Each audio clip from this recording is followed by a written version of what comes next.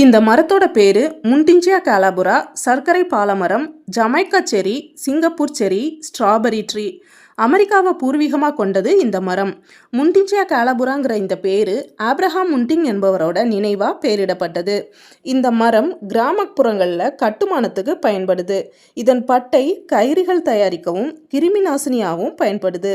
தலைவலி குறைய இந்த இலைகளில் டீ போட்டு குடிக்கிறாங்க. பூக்கள் வீக்கத்தை குறைக்கவும் ஆன்டிசெப்டிக்காகவும் பயன்படுது. இந்த மரத்தில் பூக்கிற பூக்கள் ஒரே ஒரு நாள் தான் இருக்குது. காலையில் பூத்தா மதிய நேரத்தில் இதன் இதழ்கள் உதிர்ந்து கீழே விழுந்துருது. இந்த மரத்தில் காய்க்கிற பழம் தேன் பழம், நெய் பழம். விட்டமின் சி இருக்கிற இந்த பழுத்த பழத்தை அப்படியே சாப்பிடலாம். ஜாம் செஞ்சும் சாப்பிடலாம். ஜூஸியாக இருக்கிற இந்த பழம் அத்திப்பழம் டேஸ்ட்டில் இருக்குது. சுவாச பிரச்சனைகளுக்கும் வயிற்று கோளாறுகளுக்கும் பயன்படுது இந்த பழம். நீங்கள் இந்த மரத்தை ரோட்டில் எங்கேயாவது பார்த்துருக்கீங்களா? இல்லை உங்கள் வீட்டில் இருக்கான்னு சொல்லுங்கள்.